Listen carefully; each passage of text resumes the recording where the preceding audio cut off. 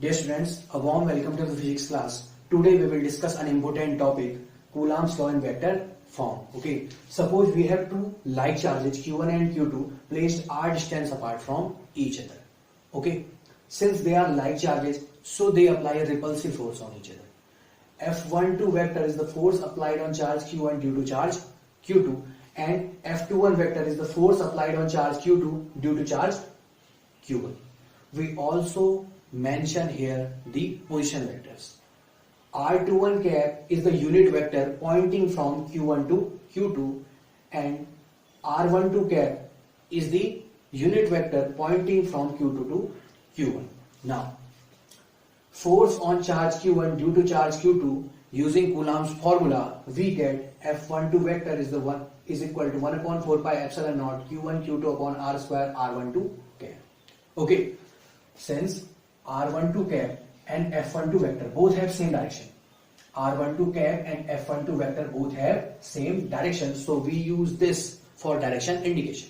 Okay, equation number 1. Again, for force on charge Q2 due to charge Q1, again by using Coulomb's formula, we get F21 vector is equal to 1 upon 4 pi epsilon naught Q1 Q2 upon R square R21 cap. Okay, again R21 cap and F21 vector, R21 cap and F21 vector both have same direction, so we use this for direction indication. Okay, now we can write R21 cap as minus R12 cap. Okay, R12 and R21 both are in opposite direction. Both are showing opposite direction, so we can replace R21 cap as minus R12 cap. Okay, take minus sign from here to here, then replace this by using equation 1 as F12 vector. Okay, so we get F21 vector is equal to minus F12 vector. Okay, so from conclusion, we get F12 vector and F21 vector, both forces are equal in magnitude and opposite in direction. Okay, so Coulomb's law holds Newton's third law of motion. Okay, now next is force between multiple charges, that is superposition principle. Consider any system having number of like charges Q1, Q2, Q3, Q4, Q5 up to Qn. Since they are like charges, so they apply a repulsive force on each other. Okay, suppose F12 is the force applied on charge Q1 due to charge Q2. Similarly, F13 is the force applied on charge Q1 due to charge Q3. Okay, similarly, F1n is the force applied on charge Q1 due to any nth Qn charge, nth charge. Okay, now the total force applied on any charge due to other charges.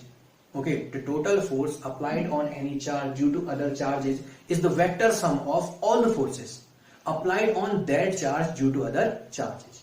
Okay, and all these forces, okay, and all these forces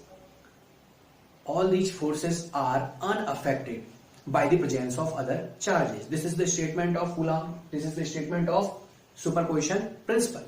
Okay, the total force on any charge due to other charges is the vector sum of all the forces on that charge due to other charges, and all the forces are unaffected due to the presence of other charges. Okay, that is F1 vector is equal to F12 vector plus F13 vector plus dot dot dot F1n vector. Now, F12 vector is equal to 1 upon 4 pi epsilon naught Q1 Q2 upon R12 square R12 cap. Similarly, F13 vector is equal to 1 upon 4 pi epsilon naught Q1 Q3 upon R13 square R13 cap, and F1n vector is equal to 1 upon 4 pi epsilon naught Q1 Qn upon R1 square R1n cap. Now take 1 upon 4 pi epsilon naught common, then we get this line. Now, since we are doing sum here, so replace all these by a summation sign. Okay, sigma is the summation sign. Now Q1, Q1, Q1, there is no change, then write Q1. Now here Q2, Q3, Q4 up to Qn, that is, this is varying from 2 to n. Then replace this by I, Qi, where I ranges from 2 to n. Okay, in denominator R12 1 3, 1 n, that is replace r1 and 1 I. Again I ranges from 2 to n, okay. Then this becomes r1 I square. Again r12 cap, r13 cap, r1n cap. That we can write it r1 I cap, where I ranges from 2 to n. Okay, so this is the simplified form of this line. Okay, 1 upon 4 pi epsilon naught summation I ranges from 2 to n q1 qi upon r1 I square r1 I cap. Okay, so this is the topic. Okay, so hope you like it.